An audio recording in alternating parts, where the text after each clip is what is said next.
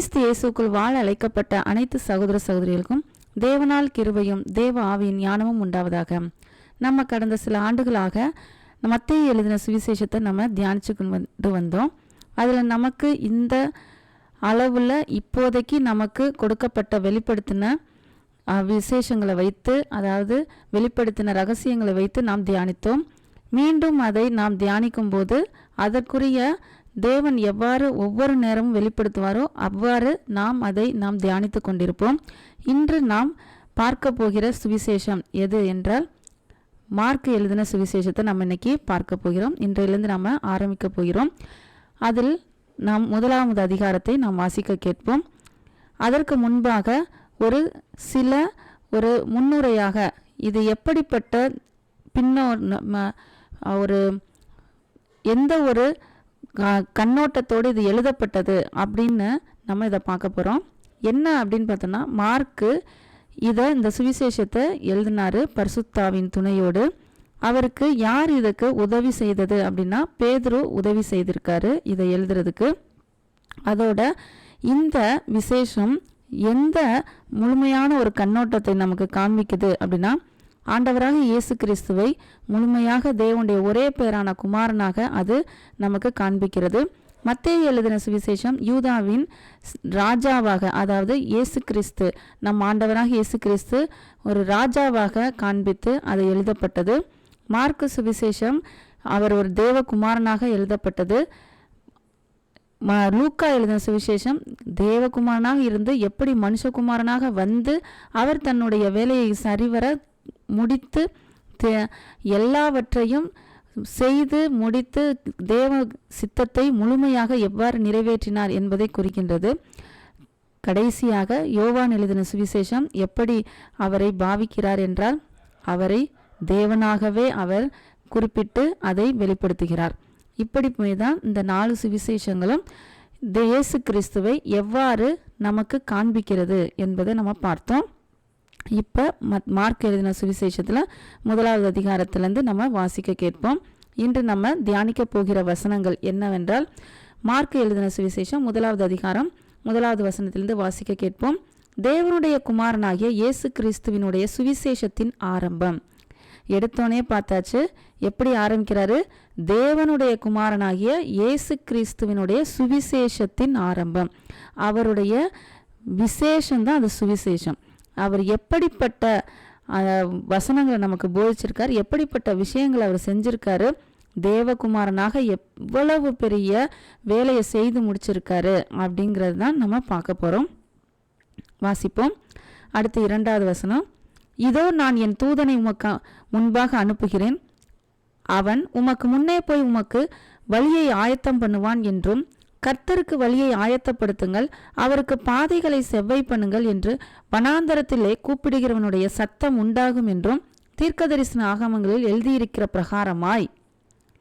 இதில் என்ன பார்க்கணும் அப்படின்னு பார்த்தோன்னா, இந்த வசனங்கள், அதாவது 2வது வசனம் 3வது வசனம், அதாவது இயேசு கிறிஸ்து வருகிறதற்கு முன்னால் யார் அவருடைய வழியை ஆயத்தம் பண்ண போகிறாங்க அப்படின்னு பார்த்தோம்னா யோவான் ஸ்நானன் தான். அப்படிப்பட்டவரை என்னன்னு சொல்கிறாங்கன்னா தூதன் ஆயத்தப்படுத்துவான். இதில் என்ன ஒரு சிறப்பான விஷயம் என்ன அப்படின்னா, இந்த விஷயம் 4 சுவிசேஷங்களையும் இடம்பெற்றிருக்கிறது. இது ஏன் அப்படி இடம்பெற்றிருக்கிறது அப்படின்னா, யோவான் ஸ்நானனை கனப்படுத்துவதற்காக கிடையாது. இங்கே எதை குறிக்கின்றது அப்படின்னா, ஆண்டவராகிய இயேசு கிறிஸ்து அவர்தான் தேவகுமாரன் அப்படிங்கிறது தான் இங்கே குறிக்கின்றது. ஏன் அப்படின்னா, அவர் தான் கர்த்தர், அவர் என்ன பண்ண போறாரு அப்படிங்கிறதுக்கும், அவர் ராஜாவாக வரப்போகிறார், அவர் தான் கர்த்தர், அவர் தான் தேவகுமாரன், அவர் தான் மனுஷகுமாரன், இப்பேற்பட்ட வேலையை செய்ய போறார். எப்பேற்பட்ட வேலைன்னா, மனுக்குலத்திற்கு மொத்தத்திற்குடைய பாவத்தையும் அவர் ரட்சிக்க போகிறார். அப்படிப்பட்ட வேலையை அவர் செய்ய போகிறார். அப்படிப்பட்ட வேலையை செய்ய போவதற்கு முன்னால என்ன நடக்குது அப்படின்னா, வழியை ஆயத்தம் பண்றது. இப்போ ஒரு சாதாரணமாக ஒரு அமைச்சர் வர்றாங்க அப்படின்னா சாலைகள் ஃபுல்லாத்தையும் எப்படி பண்ணுவாங்க, அதை ஆயத்தம் பண்ணுவாங்க. அது எப்படின்னு யாரும் நடுவில் குறுக்கிடாமல் அது அவர் வர்றதுக்குரிய வழியை என்ன பண்ணுவாங்க, எந்த விதமான தடங்களும் இல்லாமல் வரணும் அப்படிங்கிற அளவுக்கு அதை ரெடி பண்ணுவாங்க. அதை ஒரு சாதாரண மனுஷன் வர்றதுக்கே இப்படி ரெடி பண்ணுறாங்கன்னா, ஆண்டவராக இயேசு கிறிஸ்து இந்த உலகத்துக்கு வந்து என்ன பண்ண போகிறாரு? அவருடைய சித்தத்தை, அதாவது தேவ சித்தத்தை நிறைவேற்ற போகிறார். அப்படி நிறைவேற்ற போவதற்கு இவர் என்ன பண்ண போறாருன்னா வழியை ஆயத்தம் பண்ண போறார். எப்படி? ஒரு சாதாரண ரோடு கிளியர் பண்ற வேலையை பண்ண போறாரா அப்படின்னு பார்த்தோம்னா அப்படி கிடையாது. ஏன் அப்படின்னா, இயேசு கிறிஸ்து எந்த வழியில போறாரு அப்படின்னு பார்த்தோம்னா, நடக்கிற பாதை, அதாவது கால் நடக்கிற பாதையை இங்க குறிக்கல. எந்த பாதையை குறிக்கின்றாங்க அப்படின்னா, இயேசு கிறிஸ்து யாருக்குள்ள போறாங்க? ஒவ்வொரு மனுஷனுக்குள்ளேயும் போறாரு. அப்ப ஒவ்வொரு மனிதனுடைய மனதுக்குள்ள போகக்கூடிய அந்த வழிய யார் ஆயத்தம் பண்ண போறது? யோவான் ஸ்நானன் ஆயத்தம் பண்ண போறாரு. இப்ப நம்ம இதை வாசிச்சா நமக்கு புரியும்.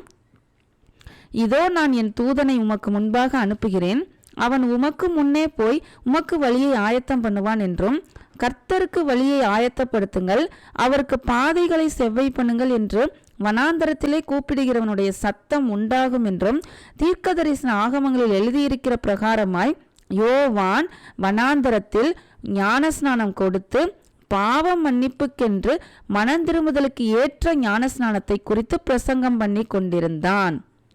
இந்த வசனம்தான் நம்ம புரிந்து கொள்ள வேண்டிய வசனமாக இருக்குது.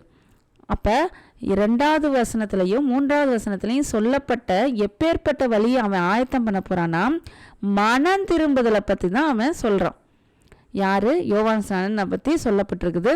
மனம் திரும்புதல், நம்ம சொன்ன மாதிரி மனதுக்குள்ள இயேசு கிறிஸ்து வரணும் அப்படின்னா ஒவ்வொருவருடைய மனதை ஆயத்தப்படுத்தணும். ஏன் அப்படின்னா, இயேசு கிறிஸ்து கொண்டு வர்ற விசேஷம் எப்படிப்பட்டதுன்னா, அப்படியே தேவ வார்த்தையை கொண்டு வர போகிறார். ஒவ்வொரு மனிதனும் ரட்சிப்புக்கு ஏதுவான வசனத்தை கொண்டு வர போறார்.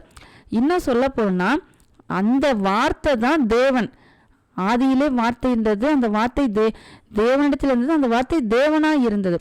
அப்ப தேவனையே கொண்டு வர போறாரு. தேவனையே கொண்டு வர போறாரு அப்படின்னா ஒவ்வொரு மனிதனுடைய மனதும் எப்படி இருக்குது அப்படின்னா, கரடு முரடாக உள்ள அவர் போய் விதைக்கிறதுக்கோ இல்லை உள்ள போய் அவர் தங்கி வேலை செய்யறதுக்கோ எந்த விதமான இடையூறும் இல்லாம, கரடு முரடு இல்லாம இருக்கணும் அப்படிங்கிறதுக்காக யோவான் ஸ்நானன் முன்னாடியே என்ன பண்றாரு? மக்கள் முதல்ல தாங்கள் எப்படிப்பட்ட வாழ்க்கை வாழ்கிறான்னு உணரணும் அப்படிங்கிறதுக்காக யோவான் ஸ்நானன் அதை பற்றி பேச ஆரம்பிக்கிறார். எதை பற்றி? மனம் திரும்புதலை பற்றி. ஏற்கனவே அவர்கள் மனதெல்லாம் உலகம் பக்கம் இருக்குது. அந்த உலகம் பக்கத்தில் இருக்கிற மனசை திருப்பி இயேசு கிறிஸ்து வந்துட்டாரு, இவர் தான் தேவ ஆட்டுக்குட்டி, இவர் பின்னால போங்க அப்படின்னு அடையாளம் காமிக்கிறதுக்கும் சாட்சி கூறுவதற்கும் யோவான் ஸ்நானன் வந்திருக்கார். இதை தான் நம்ம யோவான் எழுதின சுவிசேஷத்தில் வாசிப்போம்.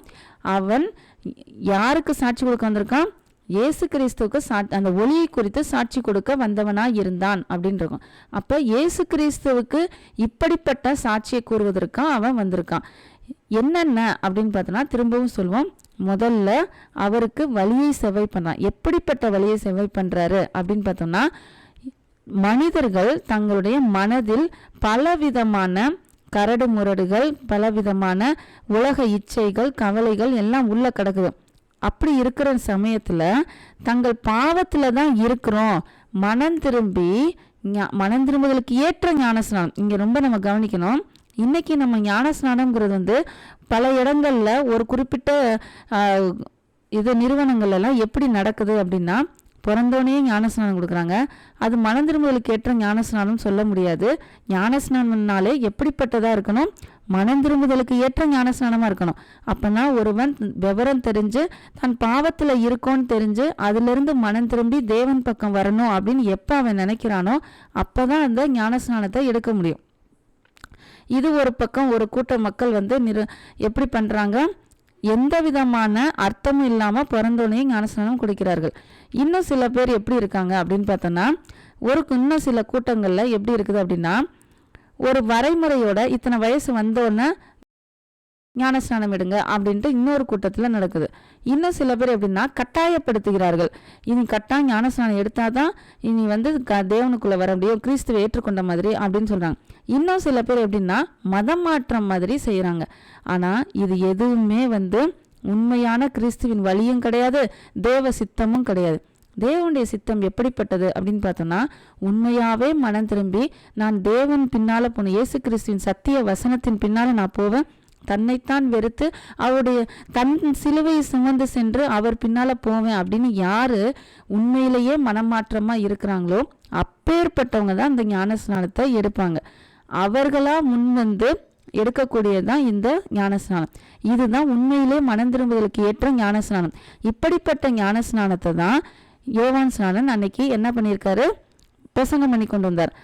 அப்படி பிரசங்கம் பண்ணி கொண்டு வரும்போது எதை அவர் செவ்வை பண்றாரு அப்படின்னா, ஒவ்வொரு மனிதனும் எப்படிப்பட்ட, அதாவது தன்னுடைய மனது பண்படுத்தப்படாம இருந்தது பண்படுத்த வைக்கிறாரு யோவான் ஸ்நானன். அப்படி பண்படுத்தப்பட்டு இருந்துச்சுன்னா இன்னும் கொஞ்ச நேரத்துல கொஞ்ச நாட்கள்லயே இயேசு கிறிஸ்து, கொஞ்சம் நேரம் தான் சொல்ல முடியும், ஏன்னா அவர் வனாந்தரத்துல சொல்லிட்டே இருக்கும்போது இயேசு கிறிஸ்துவும் அவர்கிட்ட என்ன பண்ண வர்றாரு, ஞானஸ்நானம் வாங்க வர்றாரு.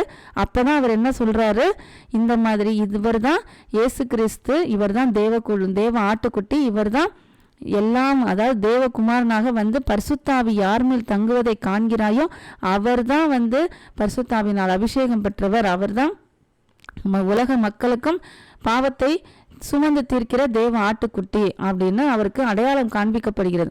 அப்படிப்பட்ட விஷயங்களை காண்பித்து அதை சாட்சியாக கூறுவதற்கு தான் யார் வந்திருக்குது, யோவான் ஸ்நானன் வந்திருக்கார். இந்த விசேஷத்தை இவர் ஒவ்வொருவரையும் பண்படுத்தப்படுவதற்கு, அதாவது மனதை பண்படுத்துறார். அப்பதான் இயேசு கிறிஸ்து வந்து அவருடைய விசேஷங்களை சுவிசேஷத்தை சொல்லி கொடுக்கும்போது பல பேர் என்ன ஆக முடியும், மனம் திரும்பி அவருக்குள்ள வர முடியும்.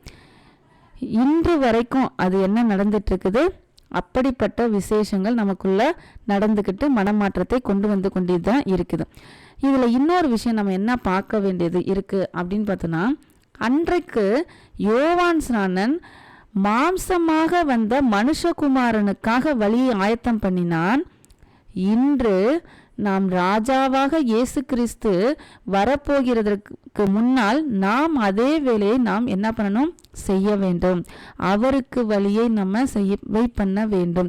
எப்படின்னா, அவர் இரண்டாம் வருகை வருவதற்கு முன்னால் பல பேர் தெரிந்து கொள்ளப்பட்டவர்களை அவருக்குள் கொண்டு வந்து அவரை ஏற்றுக்கொண்டு அவர் பின்னால் செல்வதற்கு நாம் என்ன பண்ணணும், பாதையை செவ்வை பண்ணணும். ஒவ்வொரு சூழ்நிலையும் ஒவ்வொரு வசனங்களும் அன்று மட்டும் நடந்த மாதிரி கிடையாது, அது ஒரு வரலாறு மட்டும் கிடையாது. அது இன்றும் நம்மில் எப்படி கிரியை செய்யப்பட வேண்டும் என்பதை நாம் தெள்ளத் தெளிவாக புரிந்து கொண்டு அதை நாம் செயல்படுத்த வேண்டும். இயேசு கிறிஸ்துவுடைய சீஷர்களுடைய குணாதிசயங்கள் எப்படி இருந்தது என்று நாம் தியானிக்கலாம். அதே மாதிரி நாம் இங்கு யோவான் ஸ்நானனுடைய குணாதிசயம், அதாவது அவனுடைய வேலை எப்படிப்பட்டது என்பதை நாம் புரிந்து கொண்டோம் அல்லவா. அதே மாதிரி நாமும் இன்று அவருக்கு பாதையை செவ்வை பண்ண வேண்டும். எப்படின்னா, ஒவ்வொரு மனிதனையும் மனம் திரும்புதலுக்கு ஏற்றவாறு அவனுக்கு என்ன சொல்லணும், இந்த சுவிசேஷத்தை சொல்லி மனம் திரும்பி அவனுக்கும் ஞானஸ்நானம் கொடுத்து அவனை என்ன பண்ணணும், தேவனுக்குள் வழி நடத்த வேண்டும். ஒவ்வொரு சூழ்நிலையிலும் சபையோடு சேர்ந்து, அதாவது எப்படிப்பட்ட சபைனா, கிறிஸ்துவின் உண்மையான அதாவது அவருக்குள்ள போக வேண்டிய மக்கள், அதுதான் உண்மையிலேயே தேவனுக்கு பிரியமான சபையாக இருக்கும். அப்பேற்பட்டவர்களோடு அவர்களை வழிநடத்தி கடைசி வரைக்கும் எந்த விதமான வஞ்சித்தலும் இல்லாதவர், அதாவது வஞ்சிக்கப்படுதலும் இல்லாதவாறு, எதிலும் அகப்படாதவர் அவர்களை வழிநடத்த வேண்டும். இப்படிப்பட்ட வேலையை செவ்வை பண்ணி வழியை ஆயத்தம் பண்ணுவது நமக்கு விழுந்த கடமையாக இருக்கின்றது. அன்று யோவான் ஸ்நானுக்கு தான் கொடுக்கப்பட்ட கடமை, நமக்கெல்லாம் கிடையாது அப்படின்னு நம்ம நினைக்கவே முடியாது. இந்த சூழ்நிலையில நமக்கு கொடுக்கப்பட்ட விசேஷம் என்ன அப்படின்னா, இந்த 2 வசனங்கள்ல இருந்து நமக்கு கொடுக்கப்பட்டது, ஒவ்வொரு மனிதனையும் நாமும் சென்று மனம் திரும்புதலுக்கு ஏற்றவாறு அவர்களை வழிநடத்தி ஆண்டவராகிய இயேசு கிறிஸ்து அவர்கள் மனதிற்குள் போவதற்கு ஏற்றவாறு நாம் வழியை செவ்வை பண்ண வேண்டும். அதைக்கு யாரை தேர்ந்தெடுத்திருக்காருன்னா, இந்த மனுஷ குலத்தை தான் தேர்ந்தெடுத்திருக்கார். எந்த தேவதூதனையும் எந்த தேவதூத கூட்டத்தையும் அவர் தெரிந்து கொள்ளவில்லை. ஏன்னா அவருடைய வசனத்தை தாங்கக்கூடிய பாத்திரமாக இருப்பது யாரு, இந்த மனுக்குலம் மட்டும்தான். இந்த மனிதர்கள் மட்டும்தான். இந்த மனிதர்களால் மட்டும்தான் என்ன பண்ண முடியும்? அவருடைய வார்த்தையை தாங்கி கொண்டு அவரை உள்ளே ஏற்றுக்கொள்ளும் விதமாக நாம் என்ன பண்ண முடியும்? வழியை செவ்வை பண்ண முடியும். இதை தான் நம்ம இந்த வசனங்களில் பார்க்குறோம். இந்த வசனங்களை இன்னொன்று என்ன பார்க்கலாம் அப்படின்னா, தீர்க்க தரிசன ஆகமங்களில் எழுதியிருக்கிற பிரகாரமாய் அப்படின்ட்டு யோவான் ஸ்நானன் சொல்கிறாங்க. அப்போ இயேசு கிறிஸ்து வருவதற்கு முன்னால் ஒரு ப்ரூஃப், அதாவது சாட்சி சொல்லக்கூடிய ஒருவரையுமே என்ன பண்ணியிருக்காங்க? தீர்க்க தரிசனமாக சொல்லப்பட்டிருக்காங்க. அப்போ பாருங்க, இன்று நாம் பல இடங்களில் தீர்க்க தரிசனம் ஓடி ஓடி போய் கேட்குறோமே. எதை குறித்து கேட்குறோம்? வெறும் இந்த உலக வாழ்க்கைக்காகவும் உலக வேலைக்காகவும் தான் நம்ம போய் கேட்குறோமே ஒழிய, இங்கே எவ்வளோ அழகாக இருக்குது பாருங்கள் இந்த தீர்க்க தரிசனம். ஆண்டவராக இயேசு கிறிஸ்து நம் மனதிற்குள் வருவதற்கு ஏற்றவாறு வழியை செவ்வை பண்ணக்கூடிய ஒரு மணவாளனுடைய தோழனாக இருக்கின்ற யோவான் ஸ்நானனை குறித்து தீர்க்க தரிசனம் சொல்லப்பட்டிருக்குது.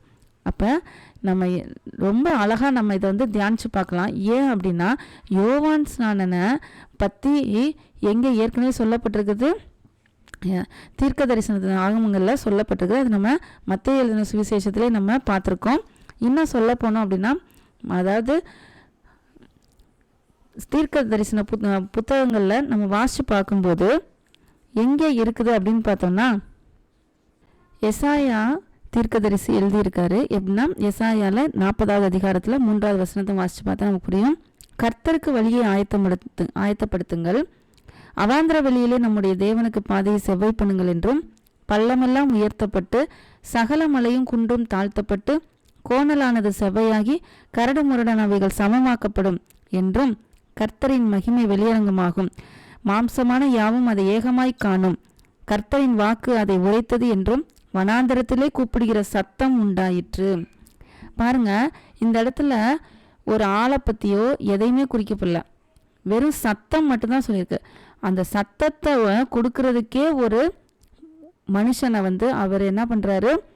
பிறக்க வச்சு கொடுக்குறாரு. ஒரு சத்தம் உண்டாயிருக்கிறதுக்கே ஒரு மனுஷனை பிறக்க வச்சு அந்த சாட்சியை கொடுக்குறாருன்னா தேவ சித்தம் எவ்வளவு அருமையானது என்று நாம் சிந்தித்து பார்க்கணும். ஏன்னா அந்த சத்தம் மட்டும்தான் யோவான்சனோட வேலை. அதை அவர் என்ன பண்ணுறாரு? வனாந்தரத்திலே இது எல்லா வேலையும் செய்கிறார். இந்த மாதிரி வேலையை தான் நமக்கும் இன்று ஒப்பு கொடுக்கப்பட்டிருக்கிறது. எப்படி அப்படின்னா, இயேசு கிறிஸ்து மீண்டும் வருவார். அவர் வருவார், அதாவது 2ஆம் வருகை மட்டும் கிடையாது, ஒவ்வொரு மனிதனுக்குள்ளும் வருவதற்கும் நாம் என்ன பண்ணணும்? வழியை செவ்வை பண்ணணும். அப்பேற்பட்ட ஒரு மகிமையான ஒரு புனிதமான வேலையை தான் நம்ம கையில் கொடுத்துருக்காரு. அதை நம்ம எப்படி செய்யணும் அப்படின்னா, அந்த ஈடுபாடோட அவர் மேலே உள்ள அன்போடு கலந்து அதை செய்தோம் என்றால் எப்படினாலும் ஒவ்வொருவருக்குள்ளேயும் இயேசு கிறிஸ்து உள்ளே போய் பரிசுத்த ஆவி அவர்களுக்குள்ள இருந்த ஒவ்வொரு சத்தியத்தை நினைப்பூட்டி அவர்களை வழிநடத்துவார். அதனால இது ஏதோ ஒரு வசனம், ஏதோ ஒரு யோவான் ஸ்நானம் கொடுக்கப்பட்டது, அவருக்கு உரிய இந்த வேலை அப்படின்னு நம்ம நினச்சிட்டு அலட்சியமாக இல்லாமல் இந்த வசனங்கள்லேருந்து நமக்கு என்ன கற்றுக்கிட்டோம், நம்ம எப்படி அதை கையாளணும், நம்ம எப்படி அதை செயல்படுத்தணும் அப்படிங்கிறத நம்ம சிந்திச்சு பார்க்கணும். நாம் இந்த வசனங்களை சிந்தித்து பார்ப்பதோடு மட்டுமல்லாமல் இதை எப்படி நாம் செயல்படுத்தி அவருக்கு பாதையை எப்படி அழகாக எல்லாவற்றையும், அதாவது பள்ளமெல்லாம் நிரப்பப்படும், கோணலானைகள் எல்லாம் நேராக்கும், கரடு முரடானவைகள்லாம் சமமாக்கப்படும் அப்படின்ட்டு அப்படிப்பட்ட வேலையை தான் நம்மளை செய்ய வைக்கிறாரு, செய்ய சொல்கிறாரு. அது நம்மேல் விழுந்த கடமையாக நினைத்து நாம் அதை ஒவ்வொருவரும் செயல்படுத்த வேண்டும். அடுத்த சத்திய வசனத்தில் நாம் இன்னொரு சத்தியத்தை நாம் பார்ப்போம்.